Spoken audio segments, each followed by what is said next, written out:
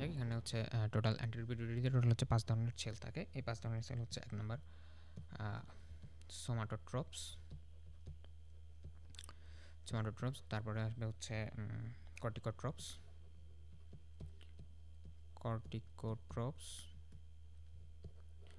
তারপরে আসবে হচ্ছে থাইরোট্রপস, তারপরে আসবে হচ্ছে আমাদের গোনাডোট্রপস,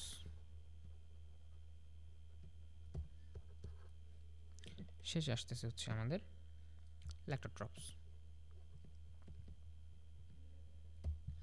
টোটাল 5 ধরনের সেল। এখন হচ্ছে সোমাটোট্রপস, সোমা মানে হচ্ছে বডি, মানে হচ্ছে সেল, আমার মাঝে মাঝে হচ্ছে সেল বোঝায়, মানে সেল বা বডি, সেল বডি। তো এই সোমাটোট্রপস যে সেলগুলো আছে সেগুলো থেকে হচ্ছে সিক্রেট হবে গ্রোথ হরমোন। দেন হচ্ছে কর্টিকোট্রপস থেকে ক্ষরণ হবে হচ্ছে এসিটিএস, অ্যাড্রেনোকর্টিকোট্রপিক হরমোন। থাইরোট্রপস থেকে হচ্ছে থাইরয়েড হরমোন। গনাডোট্রপস থেকে হচ্ছে লুটিনেজিং হরমোন আর হচ্ছে ফলিকুলার স্টিমুলেটিং হরমোন। ল্যাক্টোট্রপস থেকে হচ্ছে প্রোল্যাকটিন হরমোন।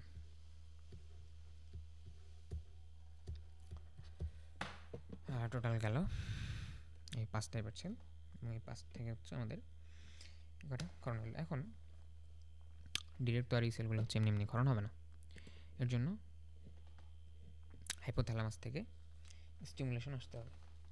হাইপোথ্যালামাস থেকে যদি স্টিমুলেশন আসে তাহলে এটা থেকে আসলে সিক্রেশনটা হয়।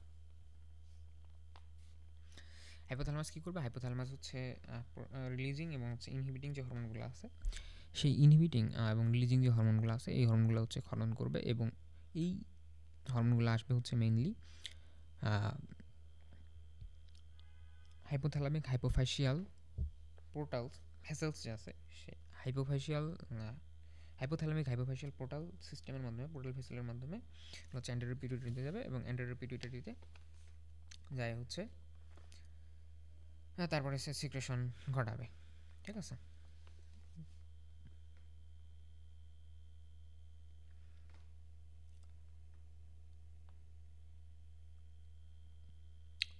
এখন এই যে অ্যান্টেরিয়র পিটুইটারিতে আসলো, অ্যান্টেরিয়র পিটুইটারি আসার পরে কারা কারা হচ্ছে কাজ করবে?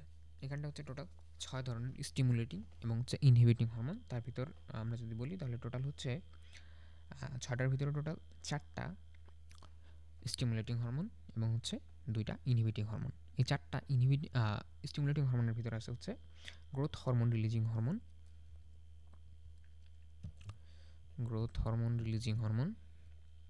তারপর হচ্ছে গ্রোথ হরমোন ইনহিবিটিং হরমোন, দুইটাই আছে। গ্রোথ হরমোন ইনহিবিটিং হরমোন, এটা গেল হচ্ছে ইনহিবিটিং। তারপরে আসবে হচ্ছে থাইরোট্রপিন রিলিজিং হরমোন, তারপরে আসতেছে হচ্ছে আমাদের কর্টিকোট্রপিন রিলিজিং হরমোন, তারপর আসবে হচ্ছে gonadotropin releasing hormone,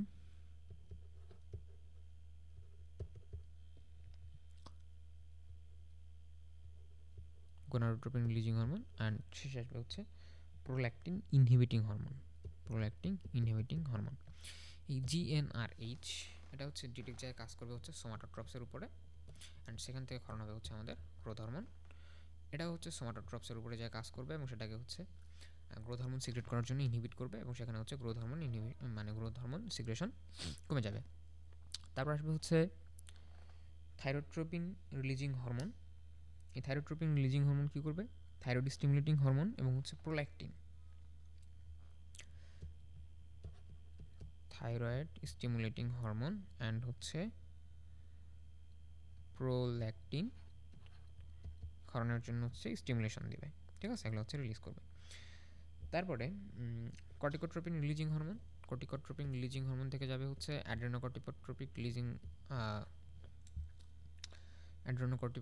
অ্যাড্রেনোকর্টিকোট্রপিক hormone release হবে।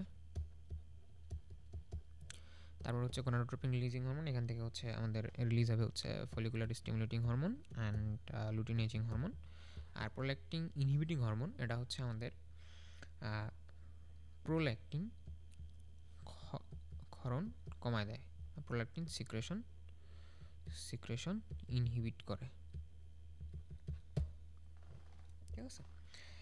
আচ্ছা, এটা গেল তো হচ্ছে আমাদের অ্যান্টেরিয়র পিটুইটারিতে টোটাল যে আমাদের 6 ধরনের হরমোন কাজ করতেছে,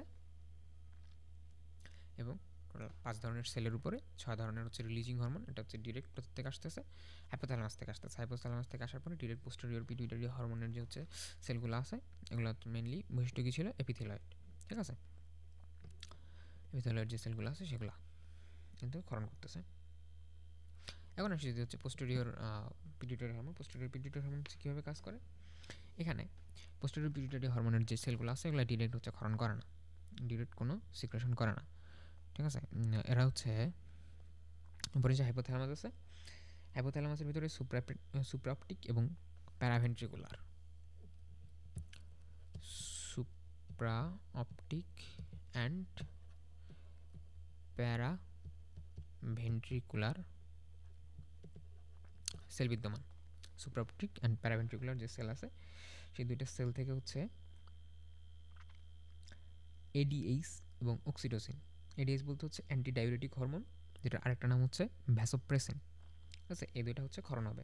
ঠিক আছে, এবং এই দুইটা হচ্ছে ডিরেক্ট হাইপোথ্যালামো হাইপোফাশিয়াল ট্র্যাক্ট, এটার জন্য মাইন্ডেড। পোস্টেরিয়র পিটুইটারির জন্য হচ্ছে ট্র্যাক্ট, মানে হচ্ছে নিউরনের মাধ্যমে এই যে সুপ্রাঅপটিক এবং হচ্ছে প্যারাভেন্ট্রিকুলার দুইটা নিউক্লিয়াস থেকে যে ট্র্যাক্টটা আসবে, সেই ট্র্যাক্টগুলোর মাধ্যমে এখানে তৈরি হওয়া হরমোনগুলো এই ট্র্যাক্টের মাধ্যমে আসে পোস্টেরিয়র পিটুইটারিতে ক্ষরণ হবে, এবং সেখান থেকে হচ্ছে এক্সপ্লোড হবে। এবং এক্সপ্লোডের পরে এটা হচ্ছে যখন নার্ভ ইম্পালস আসবে stimulated downward along the nerve fibres from supraoptic and paraventricular nuclei to the posterior pituitary, the hormones then secreted from the posterior pituitary by exocytosis and enters into the systemic circulation. Systemic সার্কুলেশনে চলে যাবে।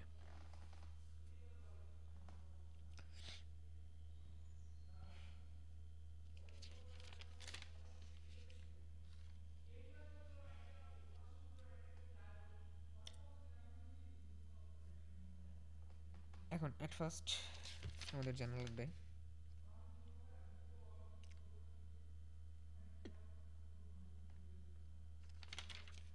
যে হাইপোথ্যালামো হাইপোফাশিয়াল portal system, এটা আসলে কি জিনিস। এখানটায় যে পোর্টাল ভেসেলটা আছে, হাইপোথ্যালামো হাইপোফাশিয়াল পোর্টাল ভেসেলস, এটা ডিরেক্ট ভাস্কুলার লিঙ্ক একটা গঠন করবে। এটা হচ্ছে হাইপোথ্যালামাস আর অ্যান্টেরিয়র পিটুইটারির ভিতরে একটা হচ্ছে লিঙ্ক গঠন করবে। ঠিক আছে, নামের মধ্যেই বলা আছে হাইপোথ্যালামিক হাইপোফাশিয়াল। এখন ক্যারোটিড আর্টারি আর যে হচ্ছে সার্কেল অফ উইলিস আছে, এগুলোর ভিতর থেকে হচ্ছে অ্যার্টেরিয়াল একটা হচ্ছে টুইং সৃষ্টি করবে। আর্টেরিয়াল টুইং বলতে হচ্ছে এরা আসে এক ধরনের হচ্ছে আর্টারি ফর্ম করবে এবং সেগুলো হচ্ছে ফেনেস্ট্রেটেড হয়ে যাবে। ঠিক আছে, ফেনেস্ট্রেটেড হবে কোথায়? Ventral surface of the hypothalamus. এখানটা sorry, ventral surface of the হাইপোথ্যালামাসের সামনে হচ্ছে একটা প্লেক্সাস গঠন করবে। এটা হচ্ছে প্লেক্সাস গঠন করবে। এই প্লেক্সাসটা এবং এই প্লেক্সাসটা হচ্ছে ভেইনের ventral surface of the hypothalamus. তারপর হচ্ছে ক্যাপিলারি লুপস আছে, যে ক্যাপিলারি লুপস হচ্ছে মেডিয়ান এমিনেন্সের মাধ্যমে হচ্ছে কোথায় পেনিট্রেট করবে, ভিতরে পেনিট্রেট করবে হচ্ছে সাইনোসয়েডাল হাইপোথ্যালামিক হাইপোফাশিয়াল পোর্টাল ভেসেলের মাধ্যমে। এবং এই যে ব্লাডটা আছে এই ব্লাডটাকে হচ্ছে পিটুইটারি স্টকের মাধ্যমে, পিটুইটারি স্টক যে ছিল সেই পিটুইটারি স্টকের মাধ্যমে হচ্ছে ক্যাপিলারি দিয়ে তারপরে ভিতরে ঢোকাই দেবে। মানে মেনলি এটা যদি হচ্ছে আমাদের অ্যান্টেরিয়র পিটুইটারি হয়, আচ্ছা অ্যান্টেরিয়র পিটুইটারি, এটা হচ্ছে পিটুইটারি স্টক, আর এটা হচ্ছে আমাদের হাইপোথ্যালামাস। তাহলে এদের মেনলি সামনে ভেন্ট্রালি হচ্ছে সামনে এখানটায় সার্কেল অফ উইলিস আর ক্যারোটিড আর্টারি থেকে হচ্ছে যে ব্লাড ভেসেলগুলো আসে সেই ব্লাড ভেসেলের একটা পার্ট এই জায়গায় হচ্ছে টুইং করে। ঠিক আছে, তারপর এটা ভিতরে যাবে, এটা ভিতরে যাচ্ছে ফেনেস্ট্রেটেড হবে এবং এখানটা হচ্ছে ব্লাড সাপ্লাই দিবে। এই ব্লাড সাপ্লাইয়ের ভিতরেই হচ্ছে এই যে আমাদের হাইপোথ্যালামাস থেকে যে হচ্ছে ব্লাডগুলো আসতেছে সেই ব্লাডগুলো এখান থেকে হচ্ছে ড্রেন করে বাইরের দিকে চলে যাবে। ব্লাড আসবে এই জায়গায় ড্রেন করবে এবং ব্লাডের সাথে হচ্ছে সিক্রেশন হওয়ার জন্য যে স্টিমুলেটিং যে হরমোনগুলো ছিল হাইপোথ্যালামাস থেকে সেগুলো আসবে। তারপরে এগুলো হচ্ছে যে সেলগুলো আসে, সেই সেলগুলোকে স্টিমুলেট করবে, স্টিমুলেট করে দেন এখান থেকে হচ্ছে যে সিক্রেশনটা হবে, সেই সিক্রেশনটা এরা হচ্ছে শরীরের বিভিন্ন জায়গায় ব্লাডের মাধ্যমে নিয়ে যাবে আর কি। আর পোস্টেরিয়র পিটুইটারিতে কী হয়, হাইপোথ্যালামাসের যে হচ্ছে সুপ্রাপটিক অ্যান্ড প্যারাভেন্ট্রিকুলার নিউক্লিয়াস ছিল, নিউক্লিয়াসের যে বডি ছিল সেই বডিতেই এখানটায় আমাদের হরমোন রিলিজ হচ্ছে এডিএইচ অ্যান্ড অক্সিটোসিন। তারপর এরা হচ্ছে এখন ট্র্যাক্ট গঠন করবে, এই ট্র্যাক্টের মাধ্যমে এখানে আসে হচ্ছে এক্সোসাইটোসিসের মাধ্যমে, এগুলো হচ্ছে এখানটায় দিবে এবং এগুলো জমা হবে, তারপরে ব্লাডের মাধ্যমে আবার হচ্ছে বডিতে ছড়ে যাবে। ঠিক আছে, এই গেল হচ্ছে হাইপোথ্যালামাস হাইপোফেশিয়াল, একটা হচ্ছে পোর্টাল সিস্টেম আর একটা হচ্ছে হাইপোফেশিয়াল ট্র্যাক্ট, হাইপোথ্যালামিক কন্ট্রোল সিস্টেম।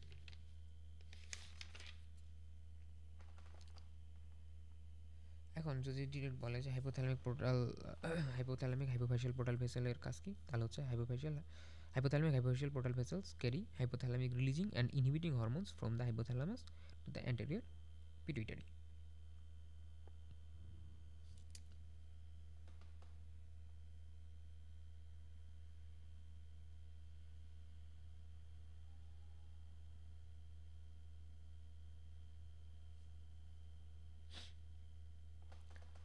এখন এখানটায় যে হচ্ছে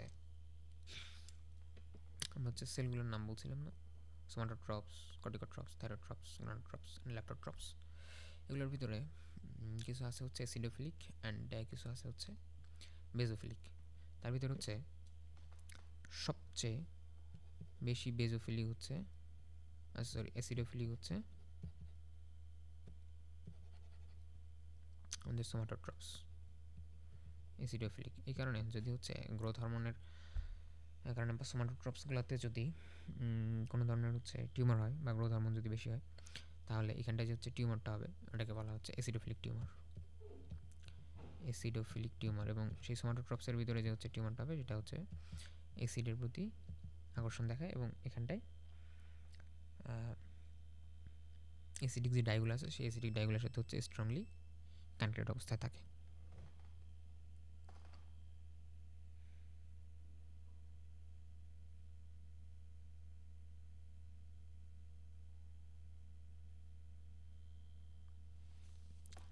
আচ্ছা, এখন এখানে হচ্ছে টোটাল আমাদের 6টা হরমোন যে ক্ষরণ হয়েছিল আমাদের অ্যান্টেরিয়র পিটুইটারি গ্ল্যান্ড থেকে। তার ভিতরে আমরা যদি হচ্ছে জাস্ট এমনি নর্মালি বলে দিই, তাহলে গ্রোথ হরমোন কোথায় কাজ করবে? গ্রোথ হরমোন কাজ করবে হচ্ছে অলমোস্ট অল সেল। এই যে গ্রোথ হরমোন এটা হচ্ছে অলমোস্ট অল সেল, ঠিক আছে। অ্যান্ড বডির টিস্যুতে কাজ করবে। অ্যাড্রেনাল হরমোন কাজ করবে হচ্ছে অ্যাড্রেনাল কর্টেক্সের উপরে। তারপর হচ্ছে থাইরয়েড স্টিমুলেটিং হরমোন কাজ করবে হচ্ছে থাইরয়েড গ্ল্যান্ডে। লুটিনাইজিং হরমোন কাজ করবে হচ্ছে ovarian টেস্টিসে।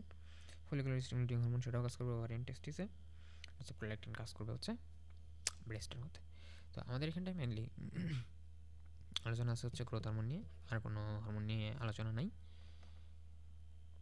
Luteinising and follicular stimulating hormone নিয়ে আলোচনা আছে হালকা, খুব বেশি না।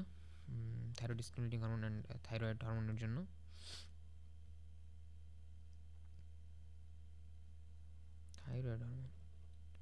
থাইরয়েড হরমোনের জন্য হচ্ছে থাইরয়েড স্টিমুলেটিং হরমোন, ঠিক আছে। Thyroid stimulating hormone and thyroid hormone এদের জন্য আলাদা একটা আইটেমই আছে, সুতরাং এটা বাদ। আমরা এখন যাই হচ্ছে গ্রোথ হরমোনের ক্ষেত্রে।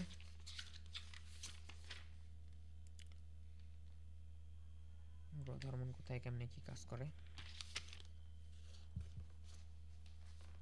এটা হচ্ছে একটু আলোচনা করে ফেলি এখন।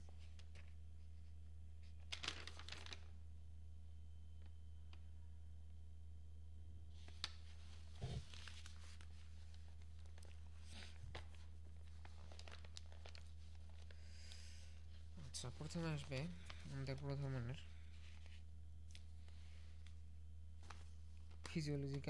Physiological function of growth hormone. Physiological ফাংশনের ভিতরে যদি যাই, তাহলে অ্যাট ফার্স্ট আসবে হচ্ছে growth hormone promotes growth of many body tissues. এক নম্বরে হচ্ছে আমাদের যে গ্রোথ হরমোন আছে সেই গ্রোথ হরমোন হচ্ছে বডি টিস্যুর গ্রোথ করবে, ঠিক আছে। এখন বডি টিস্যুর যদি গ্রোথ হয়, বডি টিস্যুর গ্রোথ হচ্ছে কীভাবে হতে পারে? এক নাম্বার হচ্ছে সেলের সাইজ বাড়তে পারে, দুই নাম্বার হচ্ছে সেলের সংখ্যা বাড়তে পারে, তারপরে হচ্ছে specific differentiation of certain types of cells such as bone growth cells and early muscle cells, এটা হতে পারে।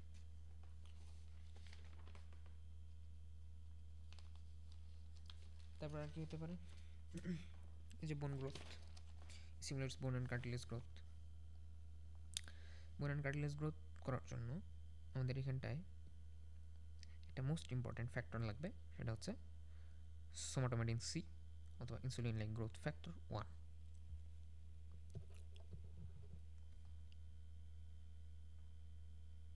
বোন অ্যান্ড কার্টিলেজ গ্রোথ এটা বাড়াই দিবে, বোন অ্যান্ড গ্রোথ কার্টিলেজ বাড়াই দিবে এবং এটার জন্য হচ্ছে হেল্প করবে সোমাটোমেডিন সি, বা এটার আরেকটা নাম হচ্ছে insulin like growth factor 1। Insulin growth factor হচ্ছে টোটাল 4টা আছে, তার ভিতরে হচ্ছে ইনসুলিন গ্রোথ ফ্যাক্টর অ্যাডাল্টে পাওয়া যায়, অ্যান্ড ইনসুলিন গ্রোথ ফ্যাক্টর 2 এটা হচ্ছে ফিটাল টাইপ, এটা হচ্ছে ছোটো বাচ্চাদের ক্ষেত্রে পাওয়া যাবে। ফিটাল গ্রোথ হরমোন, অ্যাডাল্টে এটা কাজ করবে না। আর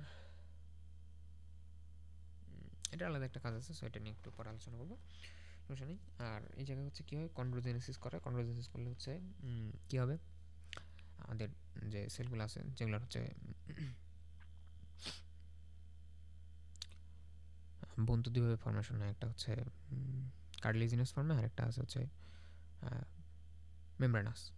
তো এখানটা হচ্ছে দুইটাতেই হেল্প করবে, কার্টিলেজিনাস এবং মেমব্রেনাস দুইটা বোনসই হচ্ছে গ্রো করবে। তো কার্টিলেজিনাসের ক্ষেত্রে কী করবে, কন্ড্রোজেনেসিস করবে, কন্ড্রোজেনেসিস করলে এই জায়গায় কার্টিলেজ বোন বাড়বে এবং হচ্ছে গ্রোথ হবে। তারপরে হচ্ছে প্রোটিন এবং ক্যালসিয়াম ডিপোজিশন করবে কোথায়, কন্ড্রোসাইটে, এবং হচ্ছে অস্টিওজেনিক যে সেলগুলো আছে সেগুলোতে হচ্ছে প্রোটিন এবং ক্যালসিয়াম ডিপোজিশনটা বাড়ায় দিবে। তারপরে হচ্ছে শুধু কন্ড্রোসাইট ডিপোজিশন করলে তো হবে না, কন্ড্রোসাইট ডিপোজিট করার পরে এটাকে এপিফেশিয়াল প্লেট যেটা থাকবে সেই এপিফেশিয়াল প্লেটটাতে অস্টিওজেনিক সেলগুলোতে অস্টিওজেনিক সেলে হচ্ছে কনভার্ট করতে হবে। আচ্ছা, এখন এপিফেশিয়াল প্লেটের যে সেলগুলো আছে সেগুলো যদি হচ্ছে অস্টিওজেনিক সেলে কনভার্ট হয় তাহলে কী হবে, লেন্থ অফ বোন ইনক্রিজ করবে, তারপরে হচ্ছে অস্টিওব্লাস্ট ফর্মেশন করবে পেরিওস্টেমের দিকে এবং হচ্ছে বোনের থিকনেসটা বাড়াই দেবে। এরপর যদি আসি তাহলে হচ্ছে মেটাবলিক ফাংশন। মেটাবলিক ফাংশনটা হচ্ছে মোস্ট ইম্পর্ট্যান্ট। এই জায়গায় যদি বলা যায় তাহলে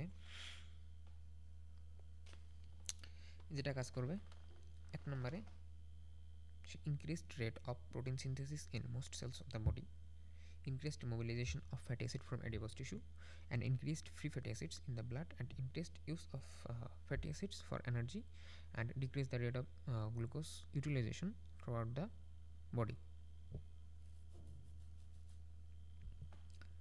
তাহলে এই তিনটা কাজ মেনলি করতেছে। আর এই কারণে এখন যদি বলা যায় তাহলে এখানটা হচ্ছে কীভাবে সে কাজ করে, mainly enhancement of amino acid transport through the cell membrane. এক নম্বর হচ্ছে সেল মেমব্রেনের মধ্য দিয়ে হচ্ছে প্রোটিনের যে আদান প্রদান সেটা হচ্ছে বাড়াই দেবে। তারপরে হচ্ছে প্রোটিন যেহেতু হচ্ছে সিনথেসিস করা দরকার, তার মানে এখানটায় আরএনএ ট্রান্সলেশনটা বাড়াই দেবে, enhancement RNA translation to cause protein synthesis by the ribosomes, and increased nuclear transcription of DNA to RNA. আচ্ছা, যেহেতু সে প্রোটিন সিনথেসিস করবে তার মানে অ্যাট ফার্স্ট আমাকে হচ্ছে ডিএনএ থেকে হচ্ছে আরএনএ হওয়ার জন্য যে হচ্ছে ট্রান্সক্রিপশন যে মেথড আছে সেই মেথডটাতে সে হেল্প করবে। তারপর আরএনএ থেকে মেনলি এটা হচ্ছে আরএনএ না এমআরএনএ, এমআরএনএ থেকে হচ্ছে কী তৈরি হবে, প্রোটিন। এখানটায় হচ্ছে ট্রান্সলেশন যে এটা আছে ট্রান্সলেশন, সেই ট্রান্সলেশনেও ওদের গ্রোথ হরমোন হেল্প করতেছে।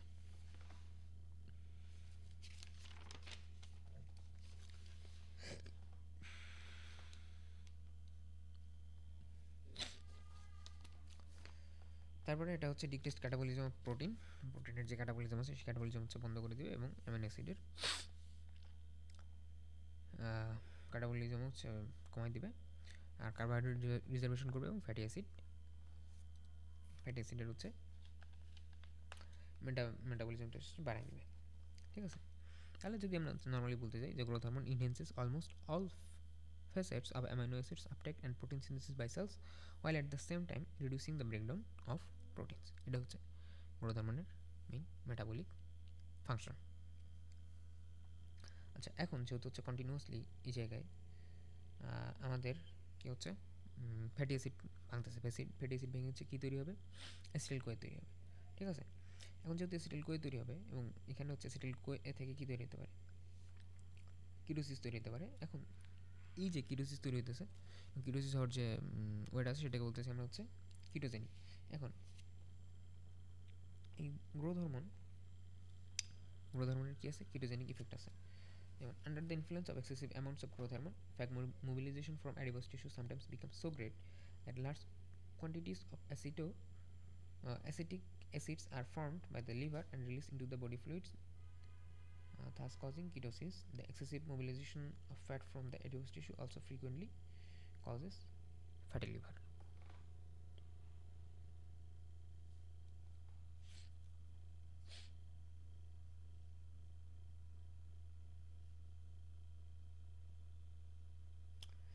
এটা আরেকটা হয়ে আছে, সেটা হচ্ছে এটা তো কিটোজেনিক ইভেন্ট গেল। এখন হচ্ছে গ্রোথ হরমোনের ডায়াবেটিজেনিক ইফেক্ট বলে আরেকটা জিনিস আছে। এটা হচ্ছে গ্রোথ হরমোন কী করবে, কার্বন ইউটিলাইজেশনটা হচ্ছে কমায় দেয়। ঠিক আছে, যেহেতু হচ্ছে গ্রোথ হরমোন মেনলি যদি আমরা বলি তাহলে হচ্ছে decrease glucose uptake in tissue such as skeletal muscle and fat, increased glucose production by the liver, and increased insulin secretion. Insulin secretion বাড়াই দিচ্ছে, গ্লুকোজ আপটেকের পরিমাণটা হচ্ছে কমায় দিচ্ছে, এবং হচ্ছে glucose production by the liver এটা হচ্ছে বাড়াই দিচ্ছে। এখন এই জায়গায় হচ্ছে এক ধরনের ডায়াবেটিজনিক ইফেক্ট থাকে।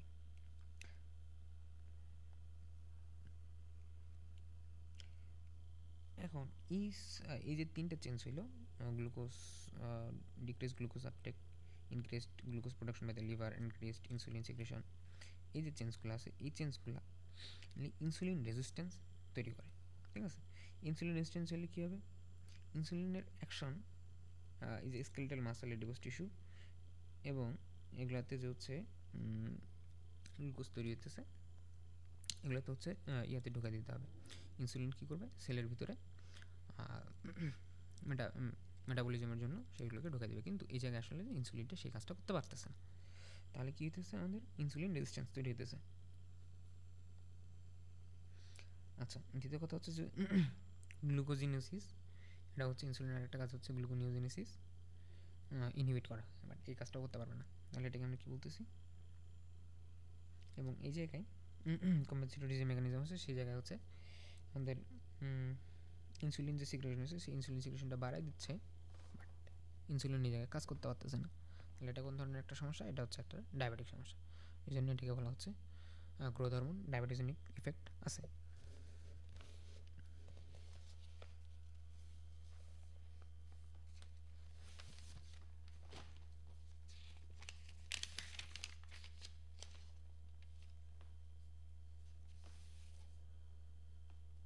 মোটামুটি এটুকুই।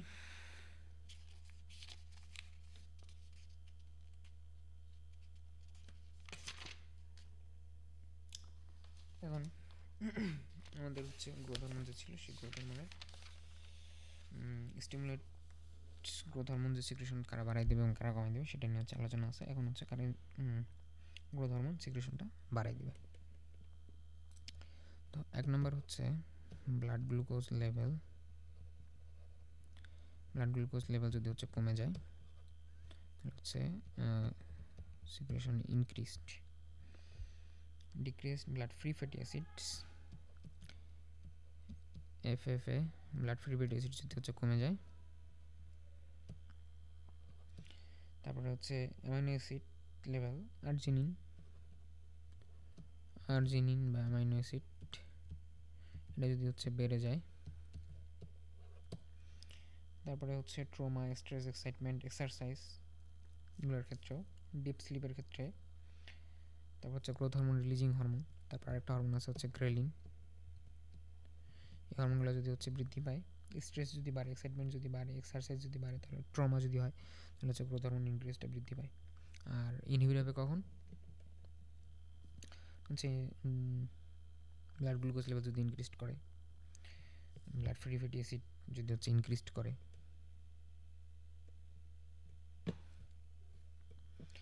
তারপরে হচ্ছে ageing, obesity, growth hormone inhibitory hormone বা সোমাটোস্ট্যাটিন, গ্রোথ হরমোন এক্সোজেনাসলি যদি দেওয়া যায়, insulin like growth factor like somatomedins, এগুলো যদি দেওয়া যায়, তাহলে হচ্ছে আমাদের গ্রোথ হরমোন সিক্রেশন কমে যায়। মোটামুটি গ্রোথ হরমোন।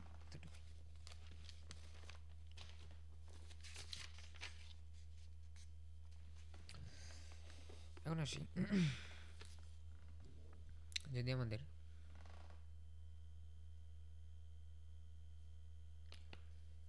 পিটুইটারি গ্ল্যান্ডের সমস্যা হয়, এক নম্বর হচ্ছে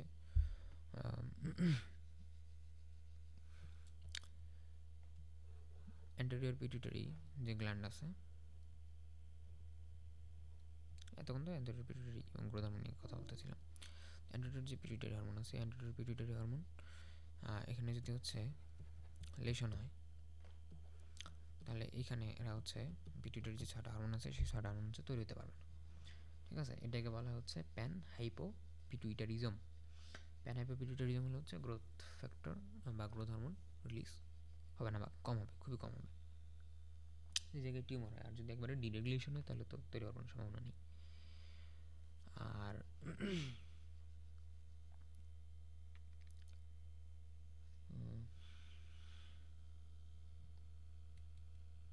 হচ্ছে প্যান হাইপোপিটুইটারিজম হচ্ছে কবে হতে পারে? এক নম্বর হচ্ছে শিয়ান্স সিনড্রোমের কারণে হতে পারে। শিয়ান্স সিনড্রোম হচ্ছে দুইটা আছে, একটা দুইটা টিউমারের কারণে হতে পারে। একটা হচ্ছে ক্রেনিও ফেরিঞ্জিওমা, আর একটা হচ্ছে ক্রোমোফোব টিউমার। এই দুইটা টিউমারের কারণে হতে পারে। অথবা হচ্ছে thrombosis of pituitary blood vessels.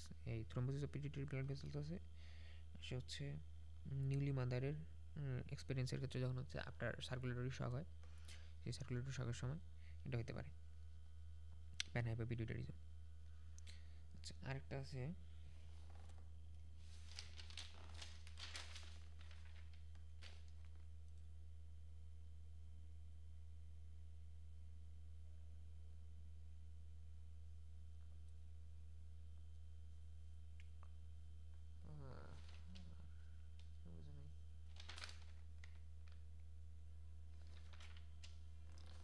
যে প্যান হাইপোপিটুইটারিজমের কারণে এখন কী কী হতে পারে? প্যান হাইপোপিটুইটারিজমের কারণে হতে পারে হচ্ছে ডোয়ার্ফিজম, কারণ এই হচ্ছে গ্রোথ হরমোন রিলিজ হচ্ছে না। গ্রোথ হরমোন যদি রিলিজ না হয়, তাহলে হচ্ছে ডোয়ার্ফ হওয়ার সম্ভাবনা আছে। এখন এই ডোয়ার্ফ হওয়ার কি ডোয়ার্ফ কি জিনিস? ডোয়ার্ফ হচ্ছে it is the condition resulting from hyper activity of growth hormone নিয়া। এখন এই জায়গায় হচ্ছে ডোয়ার্ফ 3 ধরনের। একটা হচ্ছে hypopituitary dwarf, pan hypopituitary dwarf, একটা হচ্ছে dwarfism only due to growth hormone deficiency, একটা হচ্ছে লেভিলোরিন ডোয়ার্ফ।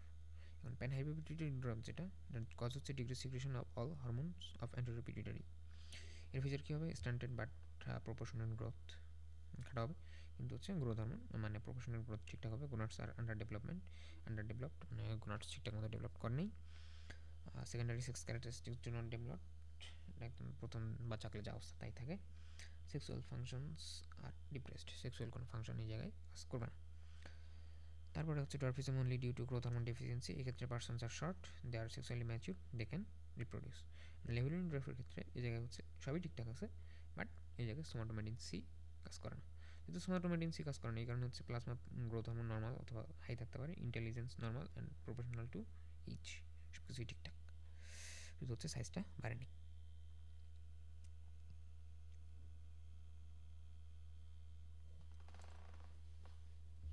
এখন যদি কোনো কারণে গ্রোথ হরমোনের পরিমাণ বেড়ে যায়, বা এই জায়গায় আমাদের যে হচ্ছে সোমাটোমেটিনস আছে, সেই সোমাটোমেটিনসের যদি হচ্ছে এই জায়গায় টিউমার হয় সেলগুলোতে, তাহলে এই জায়গায় গ্রোথ হরমোনের সিক্রেশনের পরিমাণ বেড়ে যাবে। এবং গ্রোথ হরমোন সিক্রেশন পরিমাণ যদি বেড়ে যায়, তাহলে ইয়াং যারা আছে তাদের ক্ষেত্রে যদি হয়, ইয়াং বলতে হচ্ছে যাদের এপিফাইসিস ফিউশন এখনও হয়নি, এপিফাইসিস ফিউশন হওয়ার পূর্বে যাদের হচ্ছে মানে হাইট বাড়ার ক্যাপাসিটি আছে বা হাইট বাড়ার ক্যাপাবিলিটি আছে, তাদের ক্ষেত্রে যদি হয় তাহলে সেটা হচ্ছে জাইগান্টিজম। তাহলে ফার্স্ট জাইগান্টিজমটা দেখে নিই। It is the condition resulting from hyper secretion of growth hormone before fusion of epiphysis and diaphysis. এর কজ হচ্ছে হাইপার অ্যাক্টিভিটি অফ অ্যাসিডোফিলিক সেল বা সোমাটোট্রফস অফ অ্যান্টিরিপিটিউটারি অ্যান্ড অ্যাসিডোফিলিক টিউমার। আচ্ছা, এটার ক্লিনিক্যাল ফিচার্স যদি আমরা বলি তাহলে হচ্ছে স্কেলেটন ভেরি টল হবে, অ্যারাউন্ড 8 ফিটের কাছাকাছি। আচ্ছা, মাসল অ্যান্ড ভিসেরা আর পুলি proportionately large. It's hyperglycemia. BMR is raised about 2% above normal. Alkanes are concentrated with metabolism become enlarged and hyperactive. Finally, 10% of the zygotes develop full body diabetic mellitus. এখন যখন আবার হচ্ছে আমাদের epiphysis এবং ডায়াফাইসিসের হচ্ছে union হয়ে গেল, জয়েন্ট হয়ে গেল, তারপরে যদি হয় তাহলে সেটাকে আমরা বলতেছি হচ্ছে অ্যাক্রোমেগালি। ঠিক আছে, তাহলে what is acromegaly? Acromegaly is the condition resulting from the hyper secretion of growth hormone after union of epiphysis and diaphysis. আচ্ছা, এখানে কজ কি? সেম কজ, অ্যাসিডোফিলিক টিউমার আর পিটুইটারি গ্ল্যান্ড। এখন এই জায়গায় কী চেঞ্জ হবে?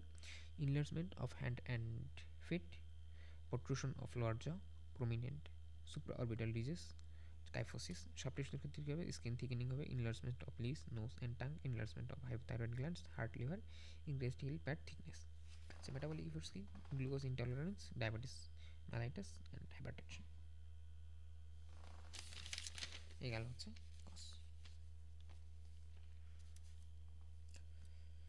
এখন হচ্ছে আমাদের এখানটায় আরেকটা কাজ করে, এটা হচ্ছে প্রোল্যাকটিন সিক্রেশনটাকে কমায় দেয়। ঠিক আছে, এখন প্রোল্যাকটিন সিক্রেশন যে কমায় দেয়, প্রোল্যাকটিন সিক্রেশন কমায় না দিলে কী হতো? প্রোল্যাকটিন সিক্রেশন কমায় না দিলে হচ্ছে কন্টিনিউয়াসলি এই জায়গায় মিল্ক সিক্রেশন হতো। ঠিক আছে, এটা কমায় দিয়ে খুব ভালো কাজ করছে।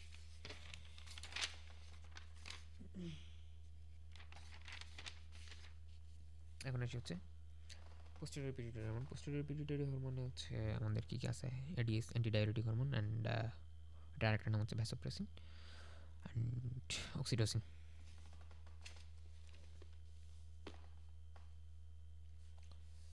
তো এখন যদি হচ্ছে আমরা অ্যান্টিডায়োরেটিক হরমোন নিয়ে কাজ করি, বা এখানটায় অ্যান্টিডায়োরেটিক হরমোন এটা কী করবে? এটা হচ্ছে আমাদের কিডনির উপরে যা কাজ করে। ঠিক আছে, কিডনির নেফ্রনের distal convoluted tubule, loop of Henle, ascending লিভ অফ লুবোভেনলি, তারপরে আসতেছে হচ্ছে লুবোভেনলি, ডিসেন্ডিং লুবোভেনলি, অ্যান্ড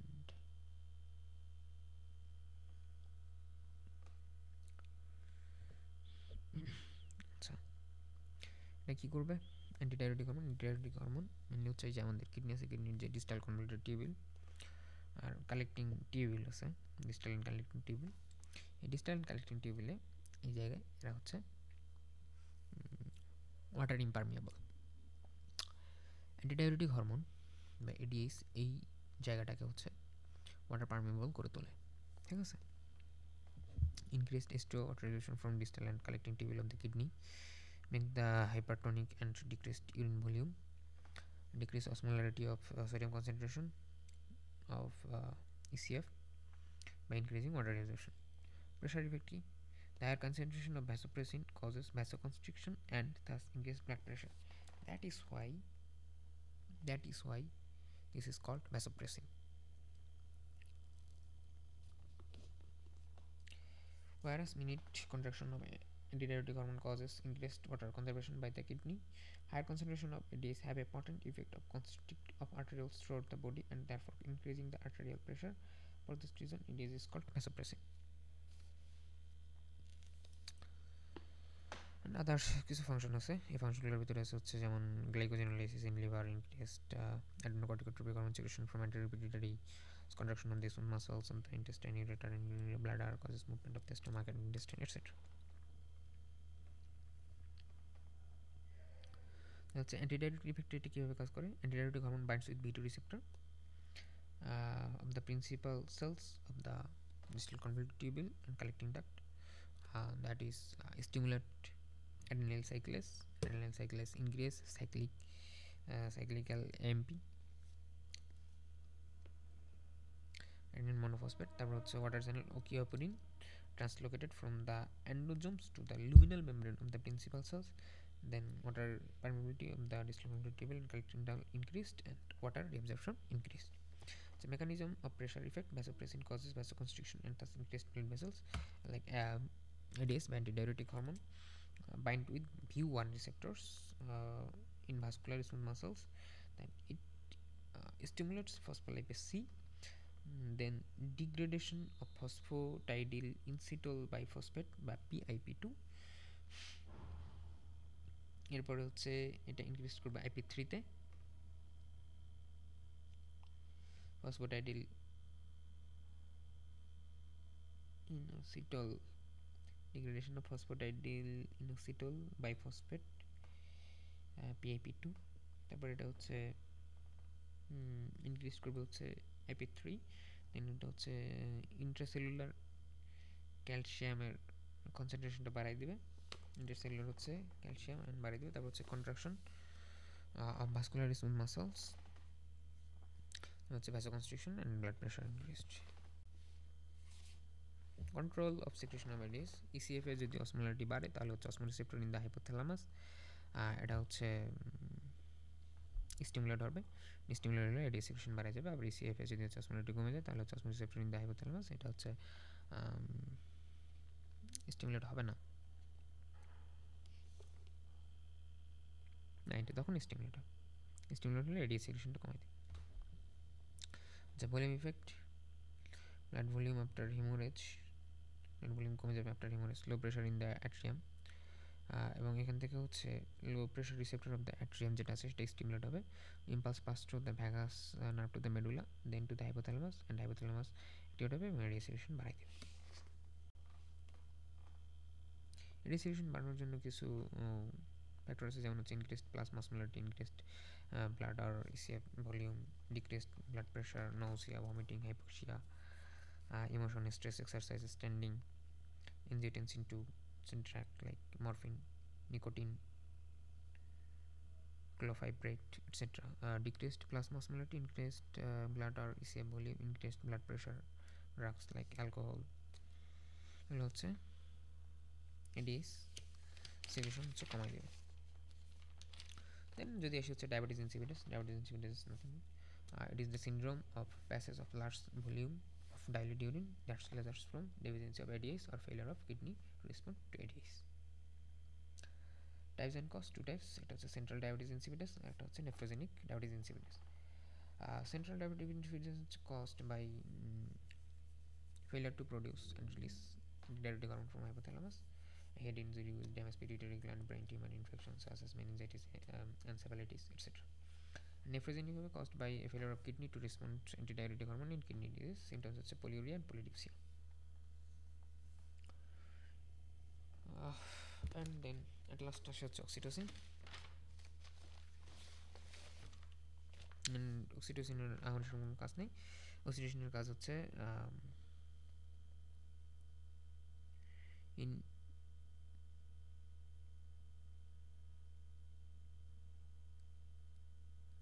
প্রেগনেন্ট ইউটারাসের ক্ষেত্রে এটা হচ্ছে জেস্টেশনের সময় পাওয়ারফুল স্টিমুলেট দেয় কন্ট্রাকশনের জন্য।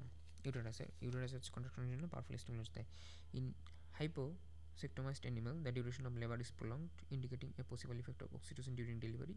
The amount of oxytocin in the plasma increases during labor, especially during the last stages, and stimulation in the cervix. The pregnant animal elicits nervous signals that passes to the hypothalamus and causes increased secretion of oxytocin. And oxytocin aids to milk ejection by the breasts. Then done. Item 2.